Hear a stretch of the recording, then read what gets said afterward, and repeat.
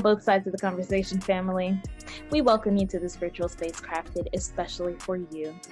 My name is Jada Curry, and I'm both sides of the conversation's marketing director and graphics design specialist. I want to take some time to ground us all as a community into this space we are about to open up in, so let's go through our community standards.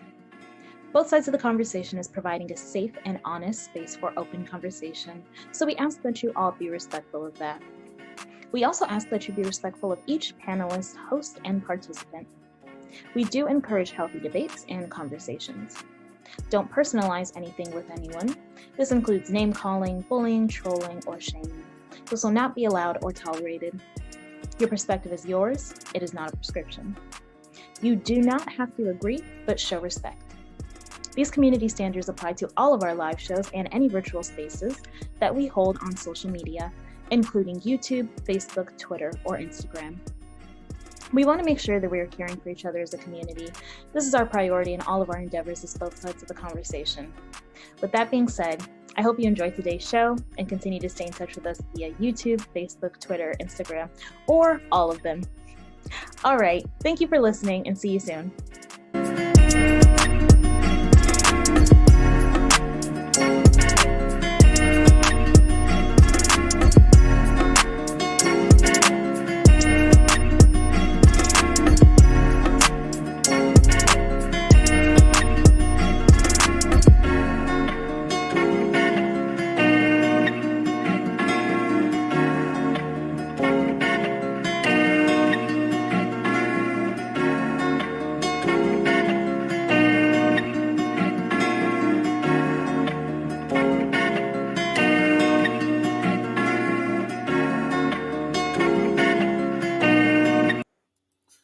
Welcome everybody to both sides of the conversation. I'm John Henry, Executive Director. Today is Tuesday, so you know what that means. We're going to have another Hidden Gem segment, and we're going to continue to highlight our Black and Brown businesses as well as our community leaders and organizations that are doing positive things that impact our community. And today we got a special guest coming on all the way from Alabama for all y'all know as we continue to connect our community, our folks, our Black and Brown communities all across this country. We're going to continue to support them, uplift them. So we honor tonight.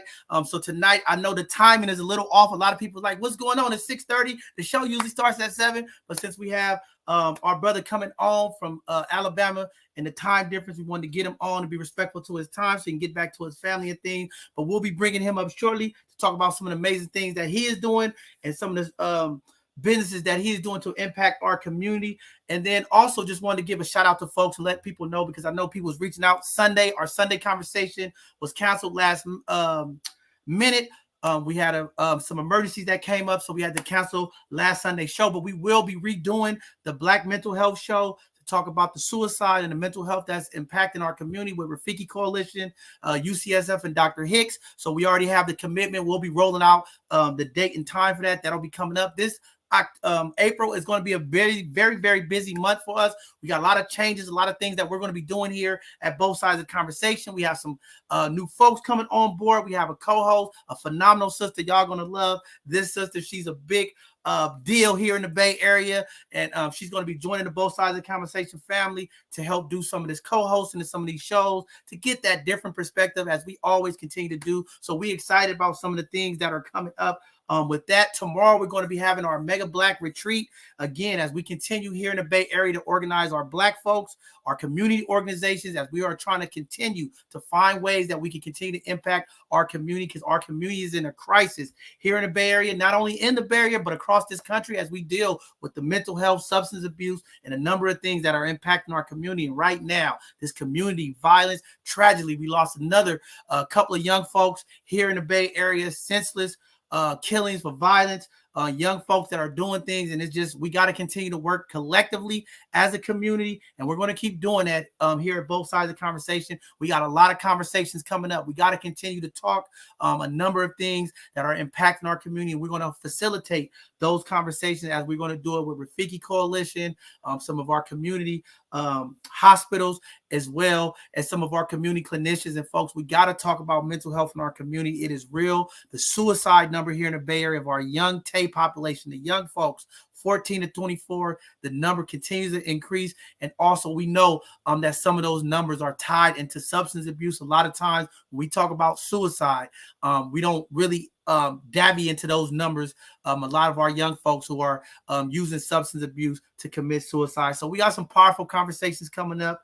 And we're just looking forward to that. So be patient, community. A lot of changes, a lot of things happen, but both sides of the conversation, we here for the people. We ain't going away. There's a lot of things that we're going to be doing, and we got some phenomenal folks that are just coming on board, and that onboarding process takes time, but we're going to be moving some things around because our young folks need us in the community. When we talk about our mentorship program, advancing that, and again, just seeing some of the trends of what's going on right now in our community, we need folks on the ground.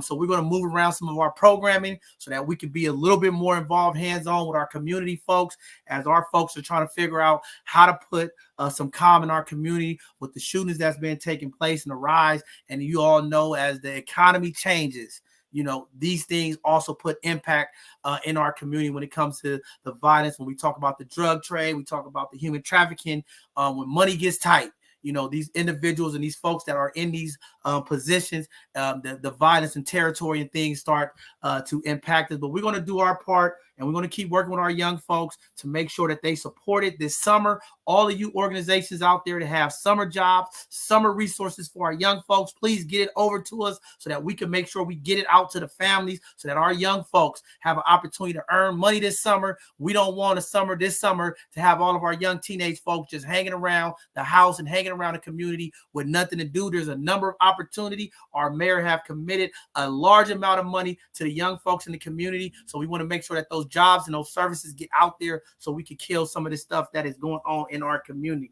With that being said, we're going to jump into a couple of the community announcements, some of the stuff that's taking place over the news. We know social media has been going viral over the last couple of days, so we'll jump into some of that too. But again, a large number of Black students who are trying to escape the Ukraine war and the border. Hundreds of folks have been talking. There's a number of organizations, the Ottawa-led coalition, been trying to assist some of the African brothers and sisters who've been trying to get out of Ukraine and get across to the board.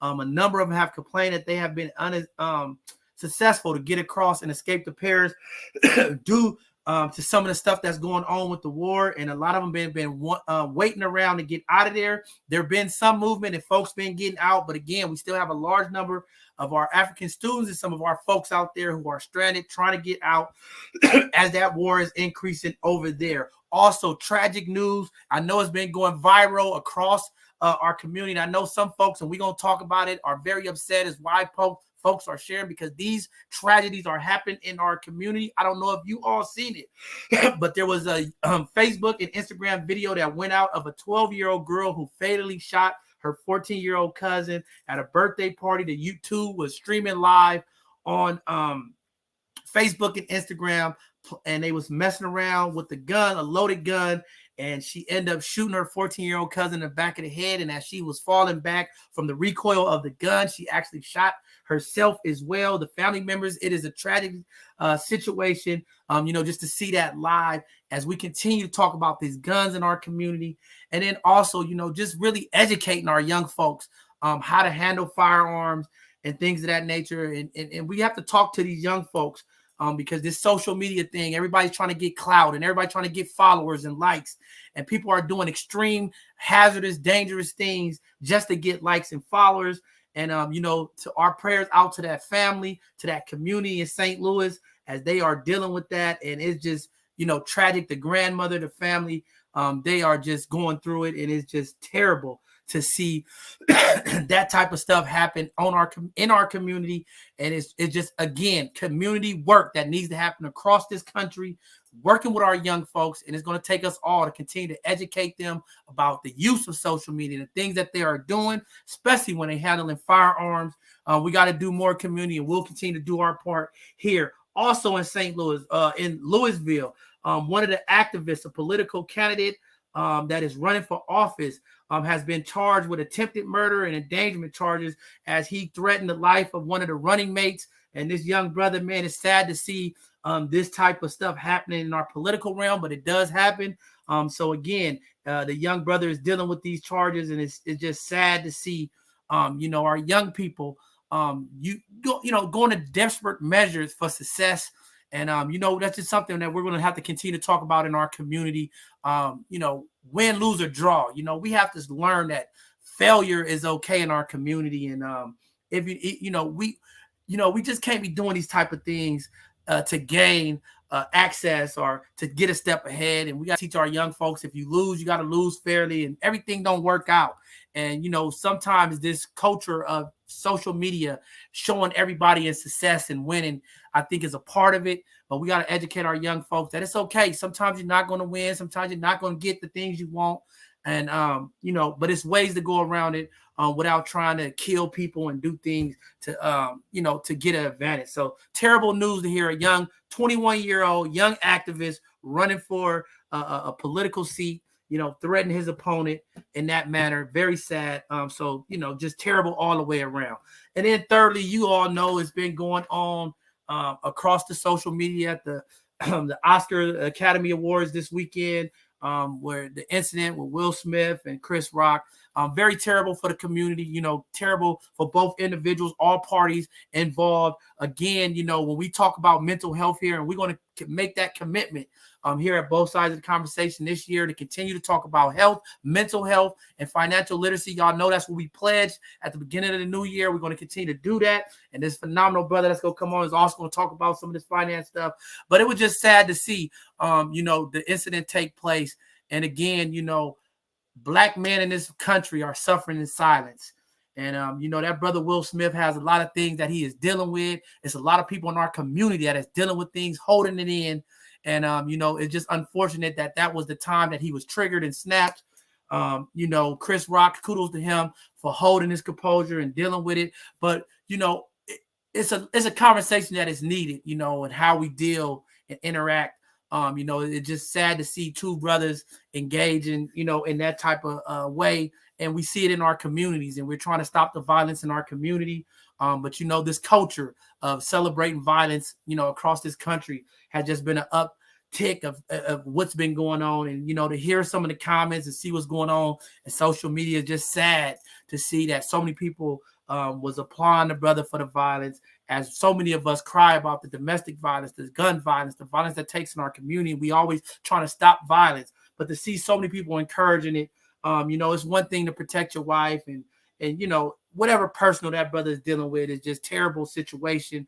We had some other phenomenal folks, Questlove, Samuel Jackson, and the different other folks who was stepping forward to take a step forward and get that praise at the Academy Awards. And for them to have that incident overshine the success of all of them was just very terrible, sad for our community. But again, trauma in our community and pain that we deal with, that we got to work with, and that's the mental health that we continue to talk about, that we're going to have to deal with. And I hope Chris Rock as well, when we talk about personalizing things and making these personal attacks against our Black women and women in the community, we just got to really be mindful of how we deal with it. He is a comedian. We understand that that's their jobs. But this, I just hope that this trend doesn't start with comedians now on shows and folks jumping in from the crowd trying to attack comedians, because anything that happened, it's a trend of things that start happening. So we just hope that folks just understand, in light of the moment, these folks are comedians, and their job is to make people laugh of situations, and hopefully they don't take those things so personal. Also, there's been a number of tragedy situations here in the Bay Area, gun violence, our young folks. We had the young 16-year-old girl who was found shot in the head in Sacramento.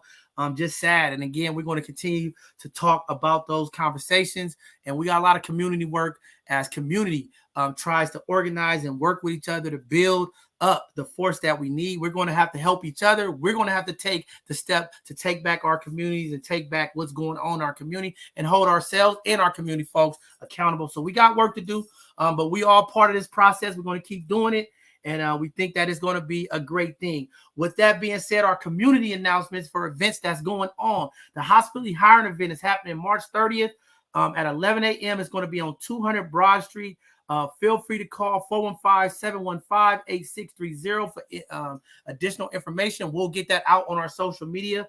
There's a number of job events that's going on across the city and across the Bay Area, and we've been sharing them on our social media. If you haven't been following us, please go to our Facebook page, our Facebook group, Both Sides of the Conversation, or check us out on our Instagram, Both Sides of the Conversation, all of our social media handles at Both Sides of the Conversation to see the latest updates, and our website as we're working on getting that information updated and posted there as well. Also, the homeless, not hopeless virtual screening discussing the homelessness is going to be happening April 7th at 2 p.m. to 3:30 p.m. There will be several panelists. You have to register at the Bayview Hunters Point virtual screening. We'll get that information out to community as well as we try to tackle this issue in our city and beyond of homelessness, as our folks is getting hit hard across the state and across the Bay Area, San Francisco as well, with housing, as the cost of housing has increased, the cost of inflation. Inflation has went up, and just living in the Bay Area has been a struggle for many, many families and folks. Also, there's a career resource fair that's happening April 23rd, 10 a.m. to 2 p.m. at the Civic Center Plaza at 355 McGallagher Street in San Francisco. There's another opportunity if you're looking for work, looking for opportunity. There's a number of resources that will be coming out. I know the Renaissance is also dropping hiring fair, as well as the city and county of San Francisco. And there's also a hiring event going on in the city of Oakland. I'll be getting that information out to community later this week as well. So there's a number of job opportunities. As we know, the job market is changing. Folks are moving around. Opportunities are coming and going. So there's definitely going to be some opportunities for folks who are out there job seeking. Also, to support us here at Both Sides of the Conversation as we continue to do the work, if you have an Amazon account, sign up for Amazon Smile. Choose Both Sides of the Conversation as one of your charitable organizations. And every purchase that you do on Amazon will not have an extra additional cost to you. But as you purchase things, Amazon will go ahead and support a percentage of that cost to our organization to help support us as we continue to grow here, capacity, and doing some of the things that we need to do. Check us out on all our social media handles at Both Sides of the Conversation. Upcoming shows. We won't have a Sunday conversation coming up this Sunday. We're going to move to the second Sunday, as we're going to be working with some community folks who want to talk about this housing issue and housing purchasing that's going on in San Francisco. So we'll be reaching out to them, and we'll be getting that information out for the next conversation. Next Tuesday, we'll have another segment of our hidden gems. And then next Thursday, we'll have our Educational Thursday presentation. We have a sister coming on to be talking about racial passing due to multiracial and cultural. She'll be coming on and educating community about that. And we'll be getting that information up. So just hang in there. We'll be getting that up. But that being said, enough of me. I've said enough. We're going to jump into this important brother all the way from Alabama, coming to the Bay, showing some love, dropping some gems to our community, some of the things and practices that he learned, talk about some of the business and things that he's doing. With that being said, we're going to welcome up our brother Sean Wilson, all the way from Alabama. What's up, good brother? Come holler at our people. Let us know about this financial stuff, and let us know about some of the businesses that you and your wife is doing, and some of the things that y'all doing down there to bless the people, brother. Well, first of all, I just want to say thank you for having me here. When I was listening to you during your opening, I just took down some notes, and I just want to say, man, my hats off to you guys for the things you're doing there in the community. I almost start to count how many times you said community, which is indicative of the mission that you guys are undertaking. Man, hats off to you guys. I just took notes, man. Gun violence, homelessness, suicide in the Bay Area, senseless killing, guns. Man, and I'll just say this, man. My faith is very important to me. It's central to my life.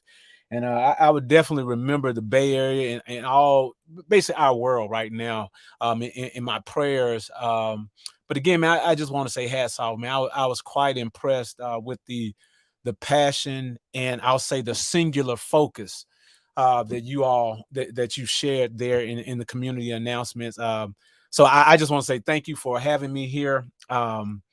And man, that sort of shook me up, man. Just the passing there. So I'm hopeful that after this, we'll stay in contact. If there's something I can do from Alabama all the way to the Bay, I will support. I will support. So enough about that.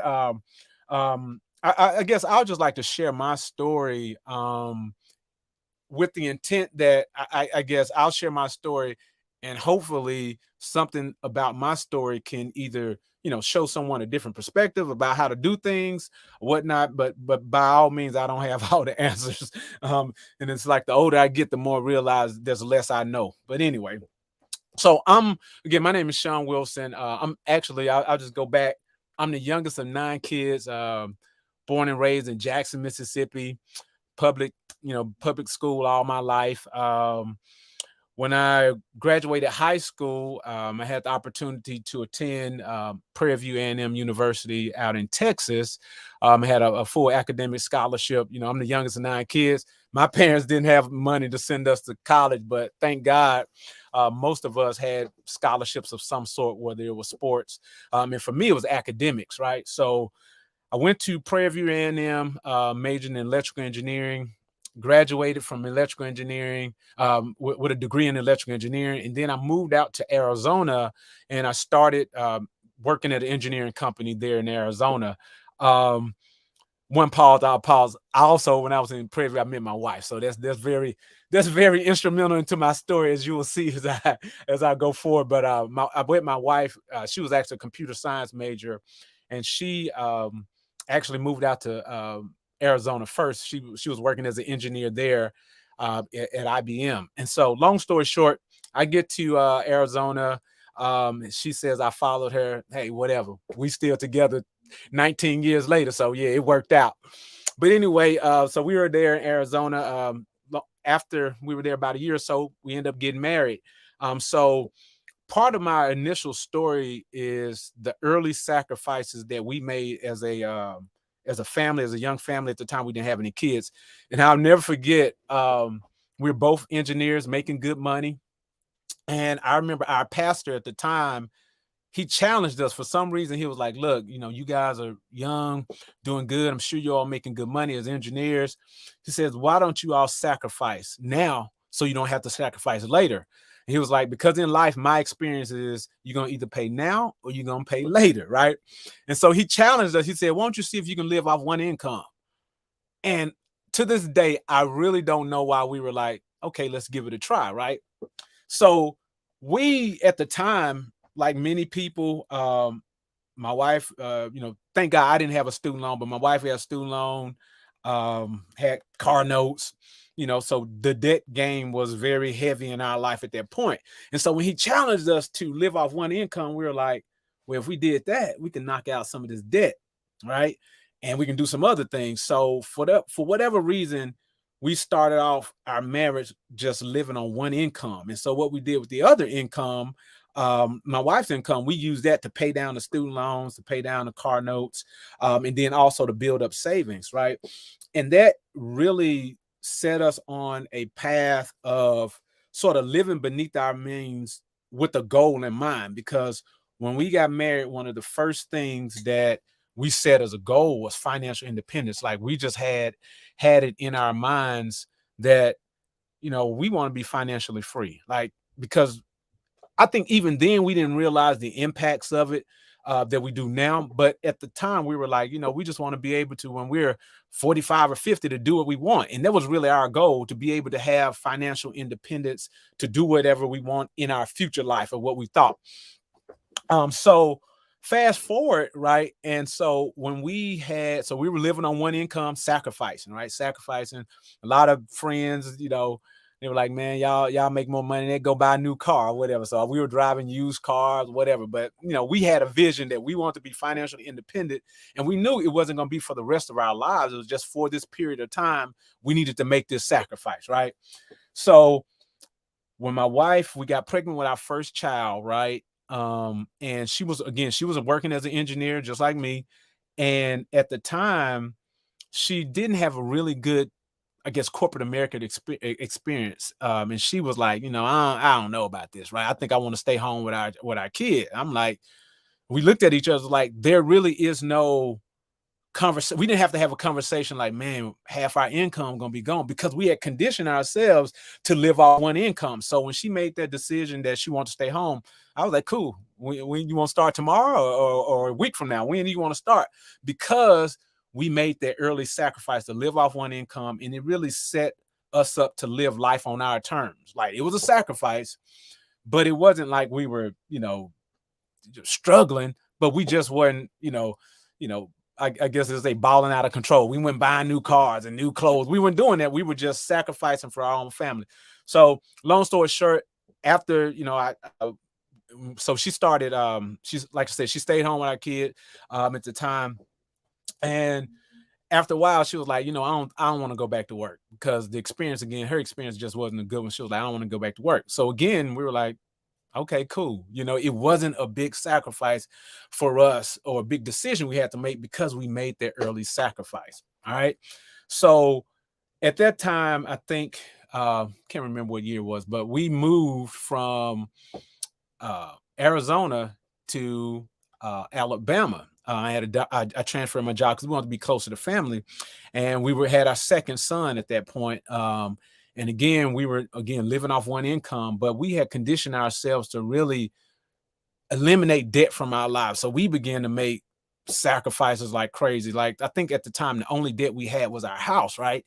And again, we had to fight sort of I'll say, traditional thinking about money, right? That, oh, you always have, I can't tell you how many times I've been told, you'll always have a car note, you always have a house note. It's just a part of life, right? But we were like, what if we didn't, though? Like, how that would free us up to do so many great things, at least so we thought, right? So after we had our second son, we were like, look, we paid off, all of our student loans, paid off our cars. Like, look, we got the house now. I was like, look, let's go for it, right? So we dug deep. We made some more sacrifices. We're like, okay, we just basically put a single goal in front of us, is pay off this house, right? So long story short, man, 2016, matter of fact, Christmas 2016, we made our last mortgage payment, and it was just like a weight lifted. Like, I really can't explain it. Like, even to this day, it feels just weird. Like, sometimes, like, every month when the first comes, we don't have a mortgage, right? And so we keep all of that, right? But where it sort of spins, and so basically that first part was like that early sacrifice. The second step was sort of like how that led us to get out of debt much faster, right? Because we were focused. And then the third part is how that then sort of, I guess, promoted or provoked us for entrepreneurship, right?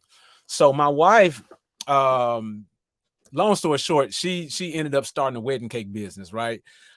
She started off real small or whatnot, with just a interest in baking, right? Again, she was at home with our children, and we homeschool. I mean, to this day, we still homeschool, right?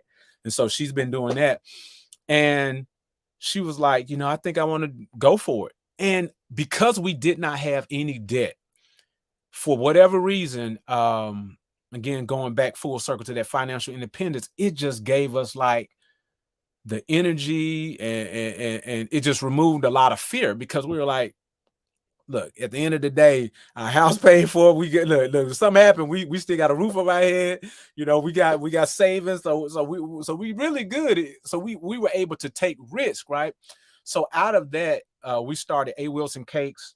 I want to say it was before we paid off the house, but once we paid off the house, that's when we went all in.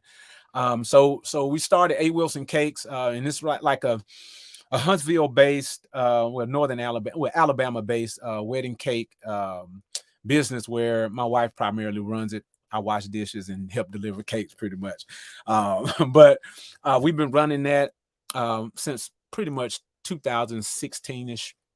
And also what we did, we started another business called Kadoa Investments, and basically that's our children's name mashed together. And basically I run that pretty much, where we invest in small businesses and do some other investing avenues. Again, I feel now, looking back, the fact that we were able to make those early sacrifices, get us out of debt, we are now have a greater appetite for risk, right? If we still had a mortgage and had a lot of debt, I'll be like, you sure you want to start this business? There will be this hesitancy, because I knew I had that burden of debt over our lives. But now that that's gone, I mean, right now, I'm trying to invest in some of everything, right? I mean, right now I'm buying land. Like we just recently made a purchase last year of some land, and I'm looking to get some more. And then if my wife tells you I want some more and some more and some more, but it's because um, I think because we just that personal finance piece for us. Again, I'm not saying this works for everybody, but for us, that just gave us this energy to go out and go get it. So like I said, we have the wedding cake business, I have the investing business that I pretty much run that. And then also my family, again, I said earlier, I'm the youngest of 9. Back in 2011, we started sort of like this cooperative investing, for lack of a better term, investing bank, right? And what we did, we basically pooled all our sources together in order to pay off each other's debt. So, for example, we all put in seed money, right? And we had, say, for example, just to make it simple, just to simplify, we had a pot of money. We created an LLC pot of money. And say, for example, one of my sisters, she had a car note and she was paying, say she owed $15,000 on the card. She's paying 20% interest, right? Well, the LLC would pay it off and give her a reasonable interest rate. So it's a win-win, right? We as investors can basically get a return on our money, but at the same time, we can help our sister get out of debt quicker. And so we've been running that since 2011, and we pretty much finance family purchases. Like we did a mortgage, we did a couple of student loans, we've done a couple cars as well. But again, it's really, we became our own bank. And again, it's just something, that we decided to do. And it really goes to show the power of a collective thought, right? If we can collectively do things, it can be very powerful. So really, when you look at the businesses that I'm a part of, it's A. Wilson Cakes, the investment business, and then what I'll call the family bank business that we still run to this day. And I'll end it by saying this: like the financial independence that we thought at the very beginning when we set out for was, hey, we can do what we want, is really changed now, where we're looking at ways we can impact our community more through giving, investing. Like the one business, I really look to invest in small businesses that are trying to get started or whatnot. So I really see that financial independence piece has allowed us to, sow into our community, whether that's through, philanthropy or business investments. And so I'm just, again, that's my story in a nutshell. Hopefully, again, I don't have all the answers, man. I'm telling you, the older I get, the more I realize there's very little I know. I believe a lot, but it's little that I know. But that's my story. Hopefully from that, someone can see a different perspective of how to do things possibly, So. Man, hold on, Sean. Listen, you see, you talking my language here. I love this. This is what I've been waiting for, because again, I'm big on this financial literacy. And like I told you in the opening, right now, our commitment to the community, to our people this year has been mental health, Black health, and financial wealth, right? Yeah. Generational wealth. Yeah. What you're talking about is what I've been trying to educate, get to our community, right? And there's a number of community folks now getting on the push of financial literacy. We got a workshop that we're going to teach baby steps to debt free. See, Black folks don't understand the new slavery in America is debt. Okay, when you look at the debt that Black America holds, we spend the most money. But when you look at the debt, I tell people this all the time, especially like when we were trying to pay off our mortgage, man, that was just such a foreign concept. People just thought we were like, what are you talking about, right? And I told people, I said, sometimes I get a little literal with, I said, close your eyes, close your eyes. I said, now imagine your life, no mortgage, no car note, no student loan. And I was especially talking, because again, my faith is very central to my life. I was like, especially in our church, I was like, do you think we would need to have another spaghetti dinner? If just imagine every member in this church didn't have a mortgage, student loan, credit card, none. How many building fund? What is that? We're just writing checks, right?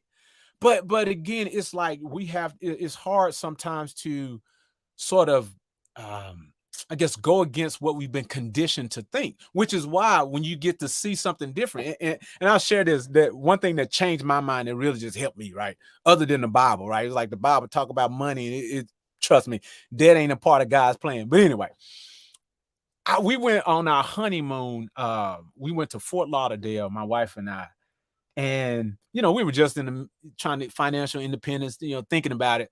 And we were riding around on this tour, and they were showing us, like, we went to some area. It was like all these mansions, right?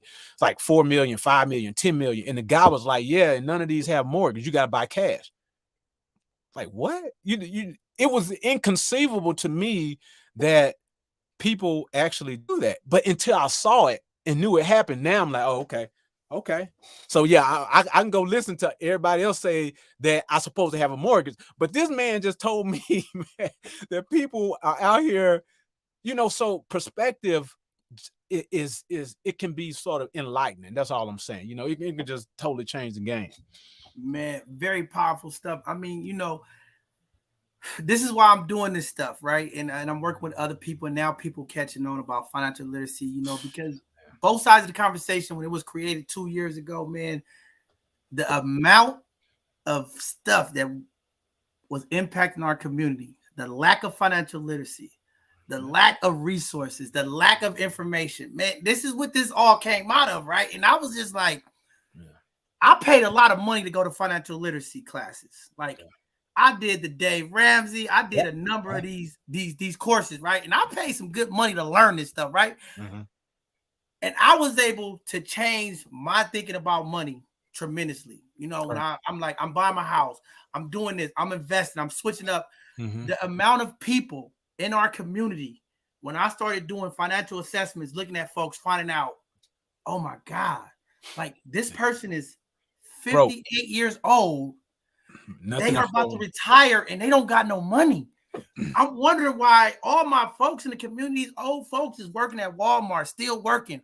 Nobody is giving them the information, right? So I'm thinking, like, John, I paid all of this money to go learn how to deal with finances. Mm-hmm. How could I not give it back to my people? Right. And you know what? And some of it is just really changing how we look at stuff. Like I had a conversation with one of my nieces one time about investing, right? And I think because I really, to me, where we really going to make the impact, man, we get people, these kids, I don't care, 3 years old. If you can add 1, 2, and 3, you can learn about this. But the thing, if you start early, the impact, when they get their first job, wherever it is, they're thinking about, oh, I need to put a little sum away to save or invest. And so I think that's really where we can really make the impact is, getting them very young. I mean, not to neglect everyone. I mean, everybody, if you want to come get it. But if we can impart these messages when they're young, it could really make an impact. But anyway, I had to sort of change the way I was talking investing to her. And the way I explain to some people, especially young people, because, they think they're going to live forever and whatever. I do it I start saving when I'm 50, right? I was like, all right, you're 20, right? I was like, you love yourself right now, right? Because you want to go buy whatever, right? I said, when you get 65, you think you're going to still love yourself, or you're going to love yourself any less? She was like, no, I'm still. I said, well, consider investing a future gift for your future self. I was like, so the money you put away, don't think you like, you doing something bad with it or something not fun. Imagine you're going to have the biggest birthday party when you turn 65. Or 59 and a half, right? I said, that's going to be the best birthday party ever. And it's like a gift to your future self, right? So whether we have to be creative or whatever to just break that mindset that, financial literacy and stuff is just not, it's not cool or it's not whatever. We might have to get creative, but it's such a powerful tool that our community could benefit from, because it's almost like I grew up in the era where it was like, you go to college for sure. College is the number one, boom, boom, boom. And I went to college, great. But what wasn't taught along that lesson was the ability or the necessity to have financial literacy, right? Because we're in the era now, we just all experience, you can get a college degree and can't get a job. right? And you can't manage your money right. Now you graduated college, and then you got $40,000 in student loans too, but you ain't got no job. So the degree ain't gonna really help you at that point. What's gonna help you is financial literacy and tools to say, hey, I don't care what kind of job I get, I'll be able to make it financially. Now I'm gonna go to college, do my best, but if I don't, I'm still good because I started investing when I was 14 years old with my first job.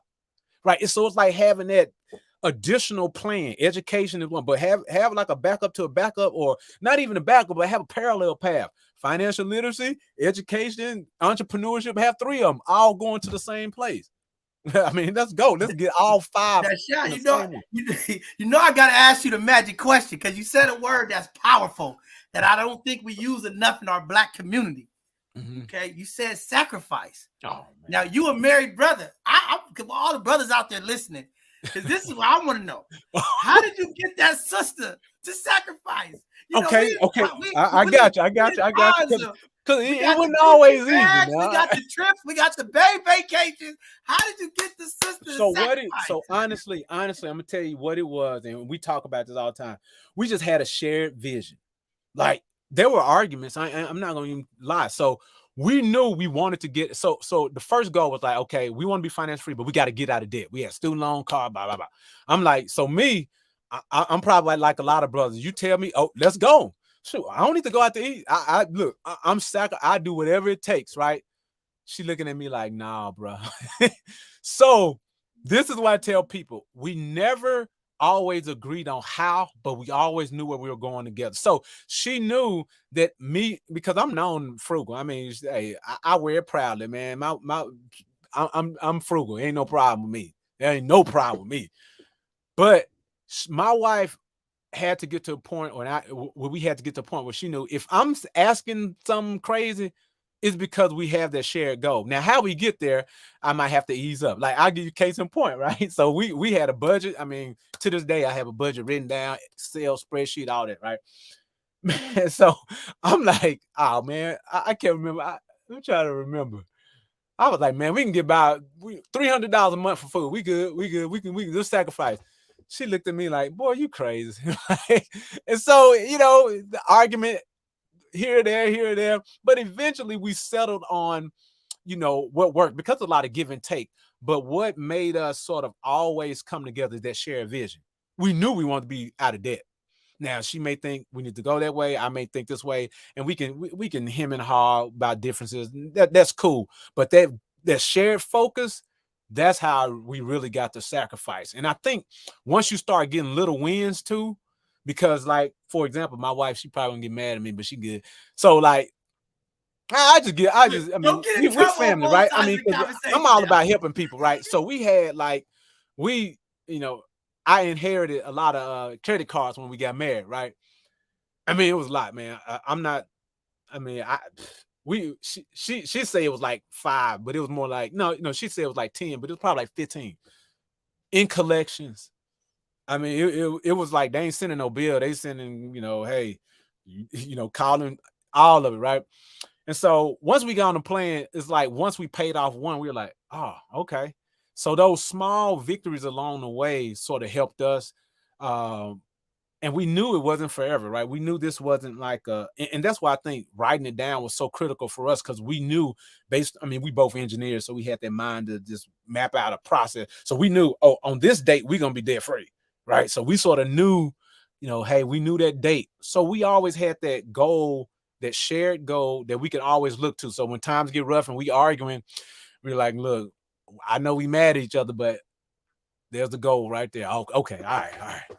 This time we'll do it your way. Next time we do it my way. But we agree we're getting out of debt, right? We never changed that goal. So that was the main thing right there. But yeah, it ain't a smooth road all the time.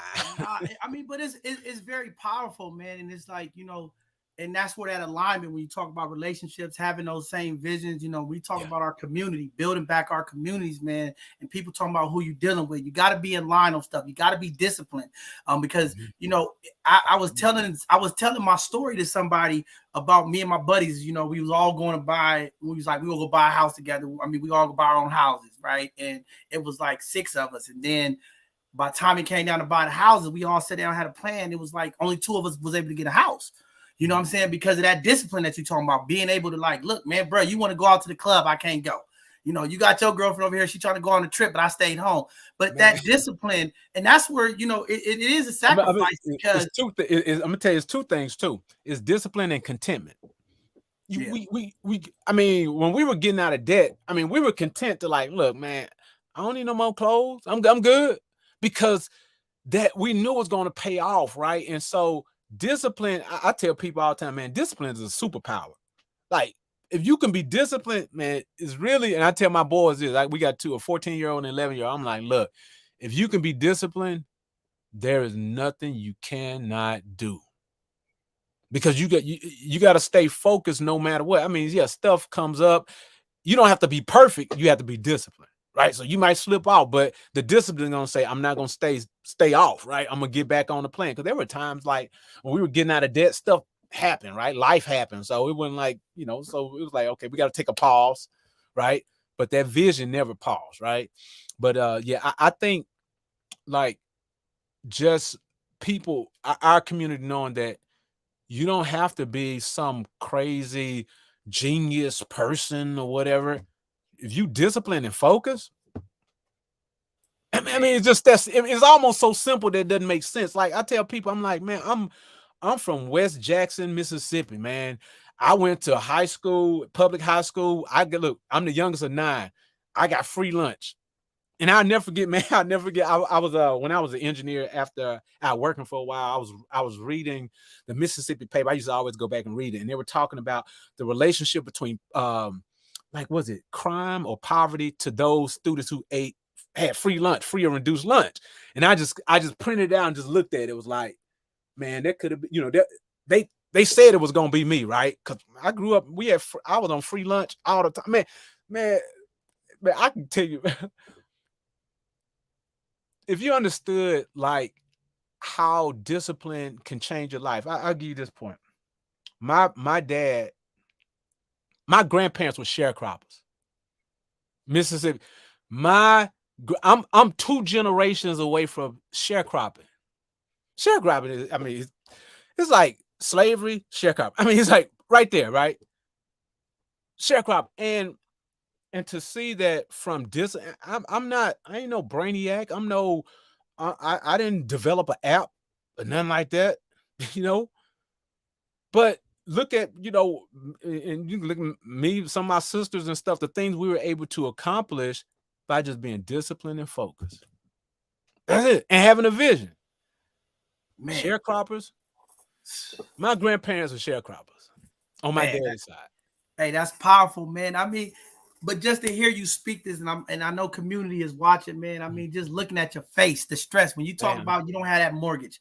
And I tell people, the fastest way to wealth in this country is when you remove the mortgage. That's the first thing they tell you.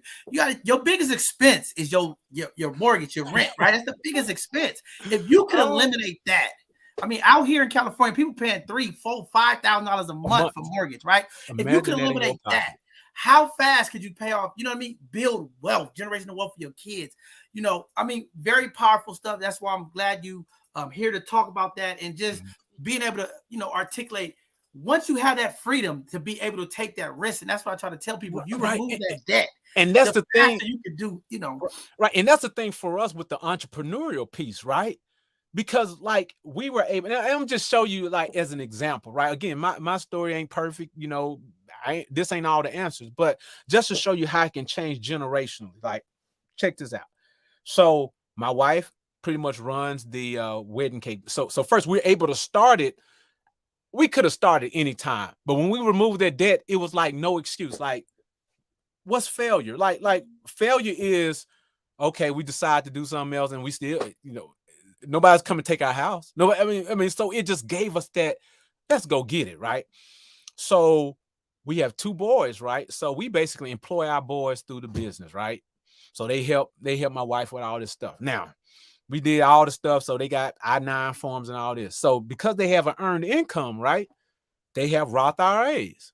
So imagine, and I told them this, I said, look, and they don't like sometimes I'm like, look, it's time to invest. It's time to, because they want to go buy a hoodie or something like that. But I'm like, look, after you buy the hoodie, you're going to take the amount it costs for 5 hoodies and you about to invest it, right?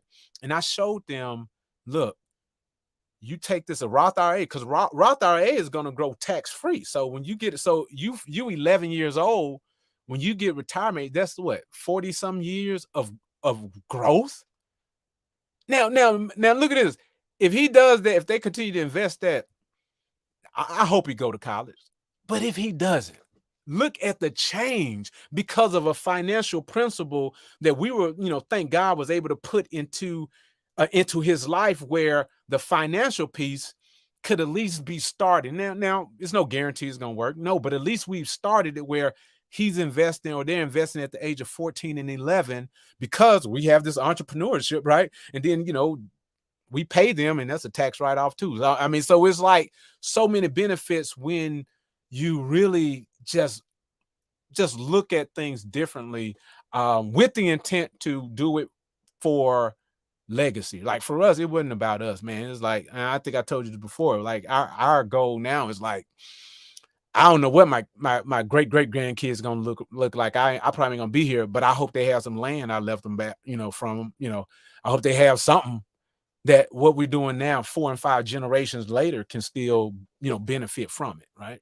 Man, very powerful stuff. And I think that's what we need in the Black community. Yeah. When we talk about changing that paradigm, changing that mindset, is like leaving that legacy, not being selfish for right now. Everybody's going to get the body jobs, and they going down there to get the Botox and taking that money. Me, right. No, I'm just saying, taking that money and putting it to where, the children it can work for your future children, right? And we haven't got this information. And I think that's why this is one of the most powerful things that we need to do in our community. And this is where some of the other ethnic groups have been ahead of Black folks, because they use the life insurance and the different things to pass that generational wealth. They the estate planning. That's one of the biggest things that for our folks who do have ownership and different things, making sure that they got their estate plan in place. But like you said, investing in our young folks early, so we're not dependent on scholarships, right? Starting those 529 accounts up, starting those college fund accounts early, right? And that little bit, like you said, the earlier you invest, and this is what man,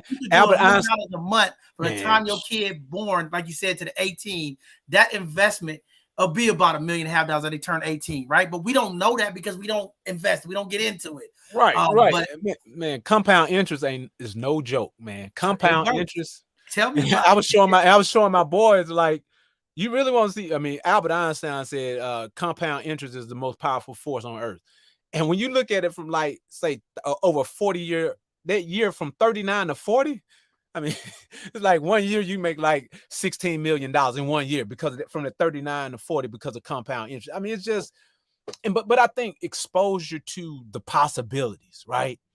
Like, we don't have to consume everything.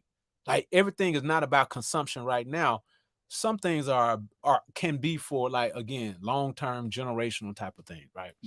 But man, very deep. I think that is the way we need to have, and and that was one of the assessments that I took in the community when I started finding out how folks was behind, 18, 16 months in rent. People what is going on, right? And I really understand. I think the most important thing, and you said it here, and this is what I preach in my presentation, is having a budget. You got to know where your money going. Let me tell you, you got to watch your money. And I did a bunch of assessments for people. And let me tell you, man, it's so much money coming out of folks' account from automatic transaction. The first thing when I started working with folks, I told them, and when I know you're bad with money, I don't want you doing no auto pays. You got to pay it yourself, right? Because I would go. You got to feel it. We had folks that they was making great money, yearly salaries. I mean, 6 figures better, and that just broke. But when you look at what they was doing with the money, right, and they didn't even know. 4 gym memberships, they paying for all these personal trainers. You start Amazon, all these different things that's coming out of their checking account a month that they paying for, and most of the stuff they don't even use. Right. They paying for credit cards and yearly annual things and, stuff that we don't be, you think, oh, it's just $5.99 a month. It's just $10.99 a month. Yeah, exactly. You start adding it up. Man, you got 20 accounts, man. That's $300, $400, $500 a month coming out of your account. But one thing I found out is that the word budget is like toxic to people. Yeah. And I tell people don't look at it like that. I said a budget is like a map. Like, if I want, GPS, we don't use physical maps no more, but the GPS on my phone, right? it tells me how to get, like, if I want to come to San Francisco and get some of that good weather, right? GPS will tell me how to get there. It doesn't limit me. It doesn't stop me from getting there, right? If I don't want to go, I ain't gonna go. It doesn't like control me where I gotta go. It just says this how you get there. A budget is just like it's like a GPS for your money. It just tell you where the money going. That's it. You in control, but it's just showing you, hey, these are your options. You know, if you want to go, like if I want to go to San Francisco, there's a direct route I can take. But if I take a detour, it'll adjust and say, okay, now add another day. Same thing with a budget, right? If I want to get out of debt, but I'm gonna go buy this car. Okay, cool. Now now you're gonna be set back 2 years, right? So it's not a restrictive thing, but I think that's something that we just have to. People, when they hear budget, they think restriction. But to me, when I think budget, I think order. It's just ordering it allows you to see exactly, man. I'm telling you, without the budget, man, and I'm gonna tell you another thing. When we did a budget, it's like we got a raise because we were like that. We didn't know, like you described, we didn't know. Oh man, I didn't know. Man, I didn't know we spend money on that. And it's like when we started spending and doing everything exact, it was like, I promise, I'll never forget the first time we did it. It was like at the end of the month, we had an extra $250. Like, where did that come from? Oh, eating out and doing this. But now that I knew it, I'm like, okay, so let's purposely eat out. Let's take 50 and that other 200 we're going to put on debt. So, I mean, yeah, the budget, man, to this day, man, every month. It's the biggest thing. And like you said, it was discipline. You know, like I said, my 6 buddy, we all had a goal. It wasn't a race. We all kind of made around the same income. And it was discipline. You know, I mean, I had to take a break from dating. You know, I mean, I was like, man, you know, you out here, you go out a couple of days, you spend $300, $400 going out in California. Things so high, right? Right. But, you know, a couple of my buddies wasn't disciplined. So when it came down to us to do the purchase, a lot of them fell off. They couldn't do it. You know what I'm saying? But it was just like, man, being disciplined, like you said, and having that plan was like, it was everything, you know, and it's hard, but you got to be disciplined, and you, like you said, investing and just saving. Man, I had to cut out so much extra. I was like, man, I didn't even realize how much money I was spending. You know, you go to the bar, you ain't tripping. It's $20 a shot. You buying a couple rounds for everybody. You know, you look at them statements, you like, man, I spent $250, you know. So, but that's how discipline. But that's and that's how a budget is. I explained it also a different way. It's like if I was sick and I went to the doctor and I'm like, okay, there's some pain in my body. The doctor's gonna like, where is the pain? I can't just like, oh, it's just somewhere. It's over. Oh, if in order for him or her to really help me, we got to get very detailed. So how long has it been hurting? What area? But I said, same thing with like finance. If I'm about to get, out of financial trouble, it's time to lay it all open. Yeah. Because I'm gonna tell you what I've discovered too, because my wife and I, we've helped people through the years and stuff and did counseling and stuff. But one of the things we found out is that it's a scary thing for people, which is the same reason, you just use the same analogy with the doctor. You know why a lot of men and sometimes women don't like to go to the doctor? They're afraid what they might find. So they'll rather just not know. Like, well, I don't know, because it might be this. I know I had that lump on my back for 3 weeks. It might be something serious. I just won't go. And then all of a sudden, God forbid, something happened. They like, oh man, he probably should have got that checked. Same thing with money. Yeah, but what I found is that some people know it's bad. Like I know people that they don't open up like bill mail when it comes. They don't open it up. They don't want to know. And I'm like, that's cool, but just understand you can't say you want to be financially free and independent and still have that same mindset. Yeah, like you just can't do it. But and like you said, it was discipline. And I mean, you're right. I mean, in the Black community, when we talk about finance, when we talk about mental health, they don't want to have that conversation. But you got to have the conversation. You got to be open. If you're going to get well. I mean, the first thing that I had to do when I was like, I'm on this mission, I wanted to increase my wealth. And I want to make sure my daughter, my granddaughter has stuff. I was like, okay, I'm cutting up the credit cards. I'm getting rid of all of that. That's people's first fear. Well, I ain't gonna have no extra money. Well, I'm gonna teach you how to build this emergency fund. I'm gonna teach you how to save this money, and you got to live behind your means, right? I had to stop. No more Starbucks every day, right? Because I was like, man, I'm spending $100 a week on Starbucks. That's $400 a month. Man, right? I gotta pack my lunch, right? I'm not eating out every day. To this day.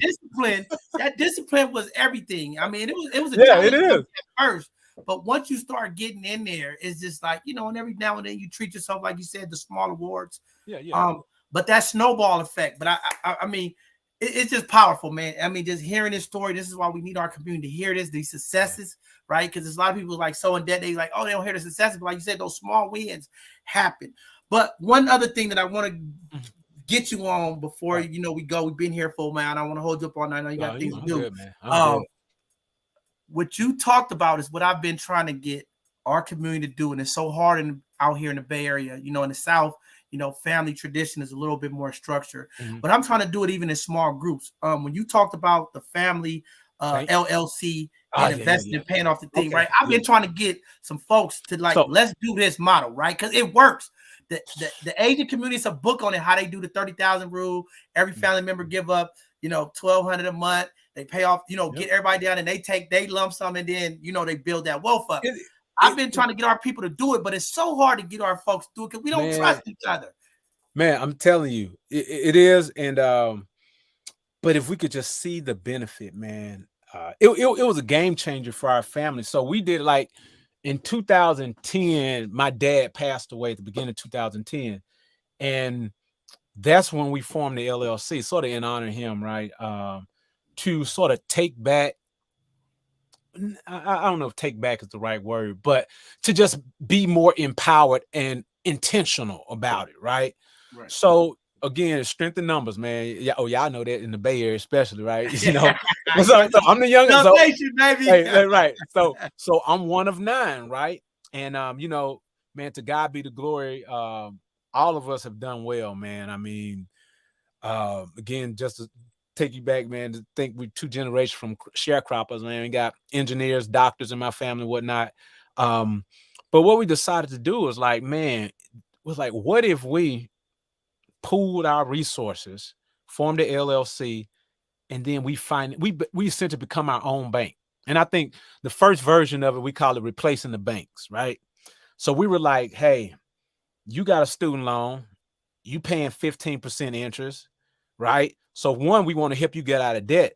So whatever the best interest, and the way we used to do it, whatever the best interest rate in the nation, whoever got the best credit score, it don't matter. If you can get a similar loan, if you were like A1, A++, and it was 3%, all right, you got 3%. So your interest rate go now from 15% down to 3%, right?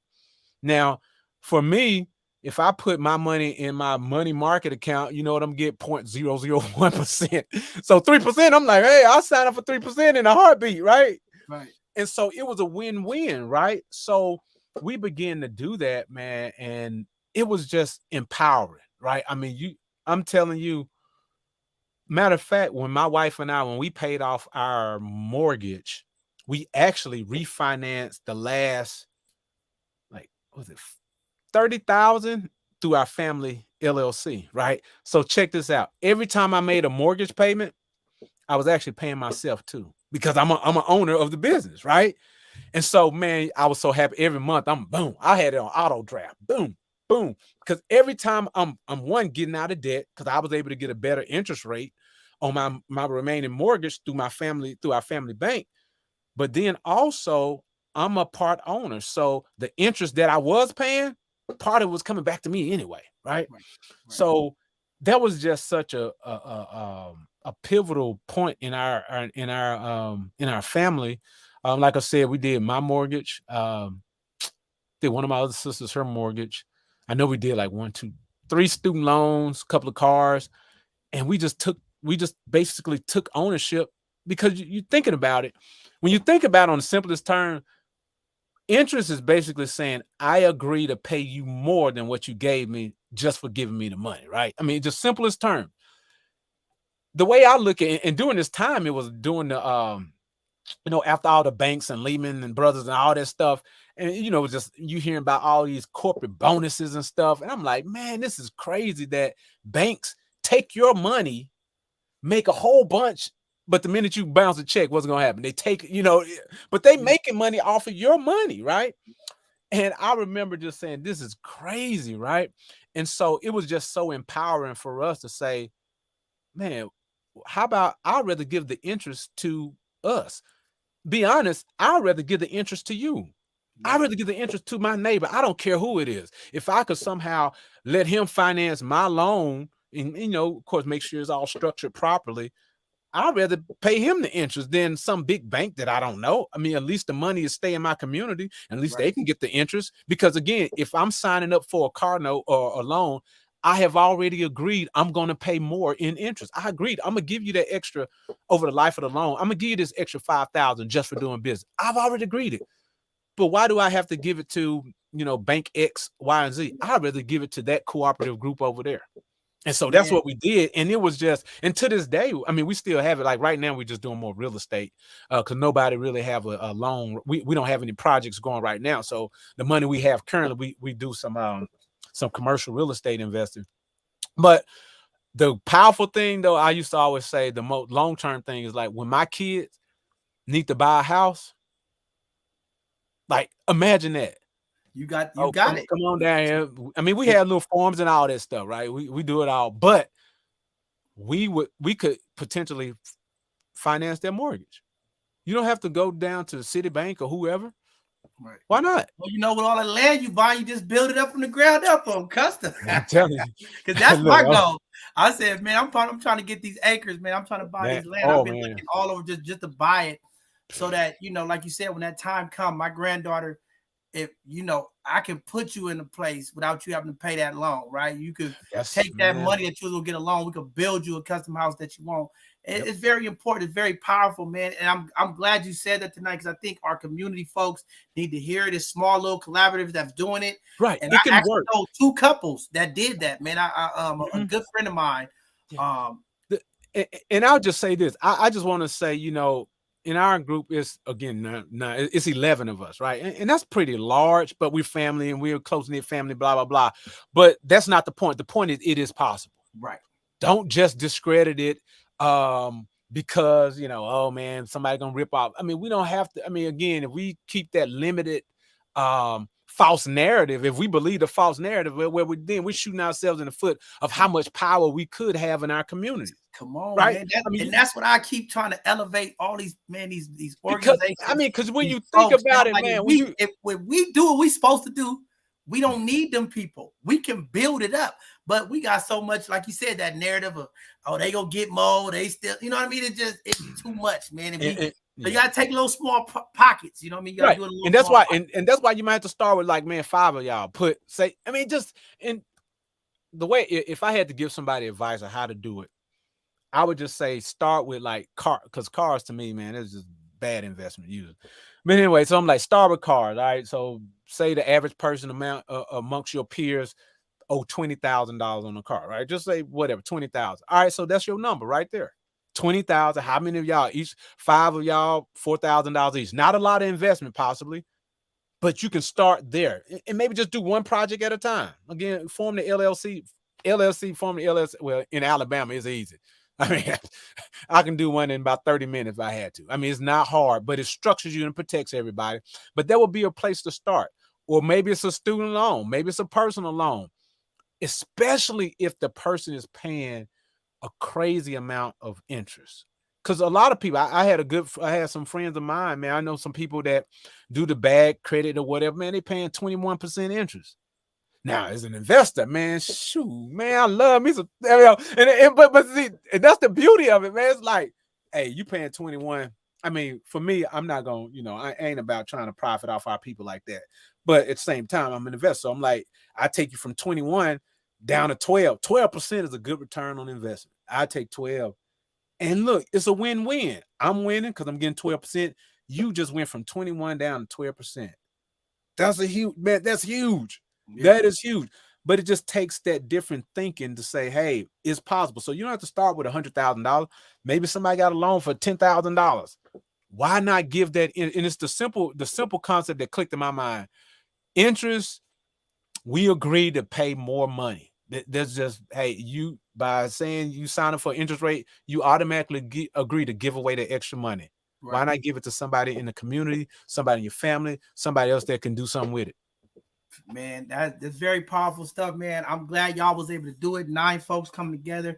We're trying to do that with our communities. Yeah. If we could just get a couple of folks to do it, and then, like I said, my buddy and them who did it, it was him, his fiance, and his his sister, I guess his fiance's sister and her dude, and they just started paying off their stuff, and they was able to buy their houses, pay off, like, man, they was able to just with 4 people. You know what I mean? You And do it, it's just man. like, Strength in numbers, man.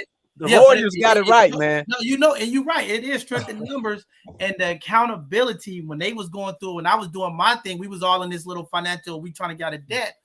They held each other accountable because they was like, hey, they would have date night. We not going out. We go cook together. And we would say, we go to the store, and it just helped them elevate. And that's why, you know, and again, when I started, I talked about the word community. That's where community comes in. Even in smaller groups, that community piece is what one holds you accountable, but also make you feel like you're not out there by yourself either. Right. And so I think if we can tap into that the love and the partnership that we have with community, it's a powerful thing, man. Nobody's in this by ourselves, man. We like to think we can do it, man. We need each other. We all connected, man. We all brothers and sisters anyway, man, no matter what. Real. Man, very powerful stuff, man. But with that being said, I know it's getting late. Man, I want you to go ahead and give some final parting words to the community. Also, shout out your wife, Cake Company. We got the website up there. Y'all go to the Instagram, check out a Wilson's Cake. Y'all go on Instagram right now. Check out the cakes, the amazing wedding cakes that she's putting together. All of our folks down in the Alabama area. If you're getting married this summer, we know everybody coming out of COVID. We throwing big parties. Make sure y'all reach out to this sister and get some cakes and support the business. Most definitely. But I'll just say this in my parting thoughts, and I'll circle back to some of the first things I talked about with that I gave you guys the kudos for. Is just make a difference, man. Make a difference in somebody else's life, because we all in this together, man. We really are. And what I found, some of the biggest impacts we're gonna have is really in our service to other people. It's not, you know, oh man, look how much I got, look what I can do. It's really, how am I able to impact somebody else's life? Like that's the measure. And I forgot somebody, I don't know if it was Oprah, somebody said greatness is your ability to inspire others, right? And so my parting words would just be, you know, to just inspire somebody else. And there's this one scripture I love, and when I was thinking about when you were talking, and it basically, in paraphrasing, says, consider your brother, provoking him unto love and good works. Like, we should consider one another and provoke them.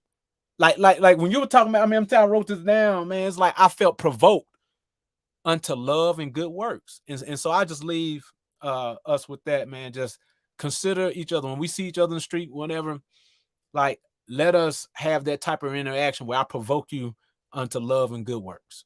And that's all I got, man. Very powerful stuff, man. Shout out to you and your family. Yeah, tell the wife, man, proud of y'all. Keep doing what you're doing. And you are a leader of the community, because here at both sides of the conversation, we believe leadership is a person who could demonstrate what is possible. You all are doing it. You taking the leadership role. Congratulations on all the work you're doing. You raising your young kids up, because that's what it's about.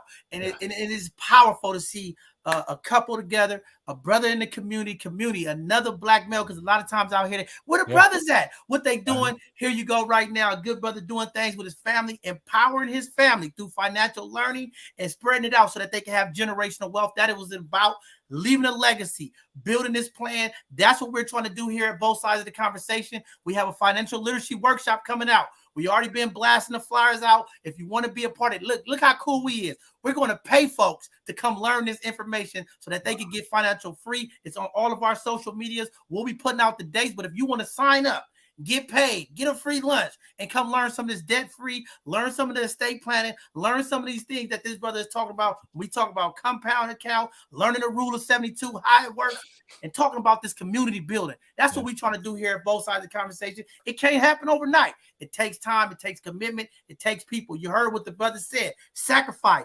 determination, discipline. That's what we got to do in our community. We got to work together. We got to continue to do the work. It's going to take all of us to move us forward. We got a lot of work in this country to do, but we can start in our own little communities and build out and come together. You heard what he said. He didn't say nothing else but love. We got to lead in love in our community. We have to forgive, the social media, all the stuff that's going on. We could change that narrative by doing the work, and that's what it is all about, bringing us together. This is what we're doing here, and we're going to continue to build out.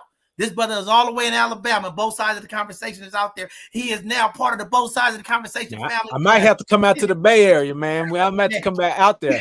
Anytime, man. You already know. Just holler at me. We link up and we do it big. But with that being said, community, thank you all for tuning in and watching this segment of Hidden Gems. This Thursday, we'll have our Educational Thursday. As you all know, every Thursday, we are reaching out to different professional folks to come on and do a digital presentation to bring the education and awareness to the community. Like this brother here, we always trying to bring y'all stuff, right? Because we know sometimes in our community, we just don't get the information for whatever reason. We know people don't want to see us excel. So here at both sides of the conversation, we reach out to the people. Hey, brother, hey, sister, come on, give our community this game on how to get out of debt. Give them this game on how to eat better.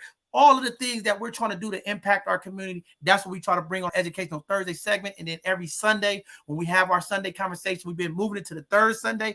But as we bring on our co-hosts, we have a number of topics. You're going to start seeing things happening. We're going to be having all these different conversations to impact our community. Again, we're trying to break the taboo, the stigma conversations, and talk about it. Be vulnerable, because we don't want another Will Smith situation. We don't want another brother, sister walking around holding in all of this pain, all this anxiety, all this depression. We want to be able to have a conversation about it, get some different perspectives, get you the resources that you need so you could go out and better yourself, your family, and we can have a better community that evolves together. It takes us all collectively. And that's what it's all about here at both sides of the conversation, building the community through unity, or putting the unity back in community, showing love and doing the work. And that's what it's all about. So with that being said, thank you all for tuning in.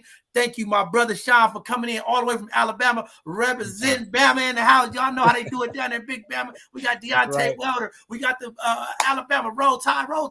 They coming in to bless the Bay Area, man. We thank you. We thank the work that you're doing, and we're going to continue to pump your wife's information out for the cake business and your financial literacy. Any documentation or digital flyers, anything that y'all need, please send it over to us. Yep. We'll get it out for y'all and make sure our community know. We do have folks here that travel around, and we want to make sure that we support our Black businesses. That's what we continue to do here. So thank you again for giving up your time, good brother. Looking forward to seeing you in the soon, and maybe on our next financial workshop, we'll get you on as one of the financial coaches and come talk to the young brothers and sisters of the community and keep that thing moving. Okay. Sounds all right, good. Thank you, brother. Have a blessed evening, man. Keep doing what you do. Proud of you, King, and we will keep moving. All power to the people, baby. All right, back to you, man. All right.